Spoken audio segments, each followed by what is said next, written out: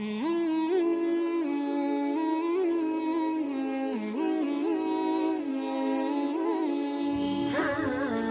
اللہ الرحمن الرحیم۔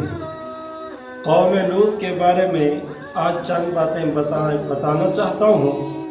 کہ یعنی قوم لوط پر کیا برائی تھی، ان پر یہ کیوں اللہ نے عذاب بھیجا، کیا عذاب بھیجا،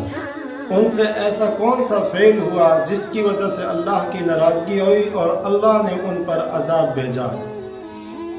اللہ نے انبیاء علیہ السلام کا سلسلہ ہر قوم کے اندر جاری رکھا اور وہ انبیاء آ کر اپنی قوم کو سمجھاتے، دعوت دیتے، راہ حق پر آنے کی بات کرتے۔ اسی طرح قوم لوط کے اندر بھی اللہ تعالیٰ نے حضرت لوط علیہ السلام کو بھیجا کہ جا اور اس قوم کو راہ حق کی دعوت دے۔ قوم لوط کے بعد جب حضرت لوط علیہ السلام پہنچے تو انہوں نے انبیاء کو جھٹلایا۔ کذبت قوم لوط المرسلین آیت کے اندر اللہ نے فرمایا کہ بہت سارے رسولوں کو جھٹلایا، ایک حضرت لوط کو نہیں جھٹلایا کہ اس کے پاس بہت سارے رسول ہیں اور اس نے بہت سارے رسولوں کو جھٹلایا اور ان کی بات کو نہ مانا۔ جب حضرت لوط علیہ السلام نے ان سے کہا کہ تم اللہ سے نہیں ڈرتے، میری بات کو مانو، میں تمہیں جو بات بتا رہا ہوں، راہ حق کی بات کر رہا ہوں،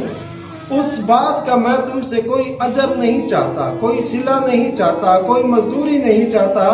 میری بات پر عمل کر کے ہمیشہ کی کامیابی حاصل کر لو۔ تو قوم لوط نے حضرت لوط علیہ السلام سے کہا کہ یہ جو تو باتیں کرتا ہے، اگر یہ باتیں آپ کی بند نہ ہوئیں اور آپ اسی طرح ہمیں ہر وقت ایسی باتیں کرتے رہے اور ہمیں ان سے منع کرتے رہے، یعنی راہ حق پر لانے کی ہر وقت بات کرتے رہے، تو یاد رکھیے کہ ہم تجھے اس اپنے علاقے سے، اپنے ملک سے، اپنے شہر سے دور کر دیں گے، نکال دیں گے۔ تو حضرت لوط علیہ السلام نے فرمایا کہ میں آپ کی دھمکیوں سے نہیں ڈرتا، مجھے تو جس چیز کا حکم ہوا میں اس چیز کے حکم کو، اس بات کو پورا کروں گا۔ میں تو آپ کے سامنے راہ حق کی بات کر رہا ہوں، چاہے آپ تسلیم کریں نہ کریں، مانے نہ مانے، میرے ذمہ تو اعلان ہے، میرے ذمہ تو پیغام ہے، میں نے پیغام پہنچا دیا۔ تو جب انہوں نے حضرت لوط علیہ السلام کی نہ مانی اور اپنی برائی میں پکے رہے، برائی ان کی کیا تھی کہ وہ لڑکوں کے ساتھ بدفعلی کرتے۔ حضرت لوط علیہ السلام نے ان سے کہا کہ لڑکوں کے ساتھ بدفعلی ختم کر دو، اللہ نے تمہارے لیے عورتیں پیدا کی ہیں اور عورتوں کے ساتھ جائز طریقے سے ملو اور عورتوں سے اپنی شہوت کو پورا کرو۔ لیکن انہوں نے حضرت لوط علیہ السلام کی نہ مانی اور کہا کہ ہم عورتوں سے شہوت پوری نہیں کرتے، ہم لڑکوں کے ساتھ ہی بدفعلی کریں گے۔ جب بالکل یہ قوم حد سے گزر گئی اور سرکش ہو گئی تو حضرت لوط علیہ السلام نے اللہ تعالیٰ سے بد دعا کی کہ یا اللہ ان پر عذاب مسلط کیجیے۔ اللہ تعالیٰ نے اس قوم پر پھر عذاب مسلط کیا، وَأَمْطَرْنَا عَلَيْهِمْ مَطَرًا فَسَاءَ مَطَرُ الْمُنذَرِينَ۔ قرآن پاک کے اندر 19 پارے کے اندر یہ ذکر ہے کہ اللہ پاک نے ان پر پتھروں کا برساؤ شروع کیا، اور تفسیروں کے اندر آتا ہے کہ اللہ نے فرشتوں کو بھیجا اور اس زمین کو، اس ٹکڑے کو اٹھا کے الٹا کر دیا اور ان کو زندہ زمین میں دھنسا دیا۔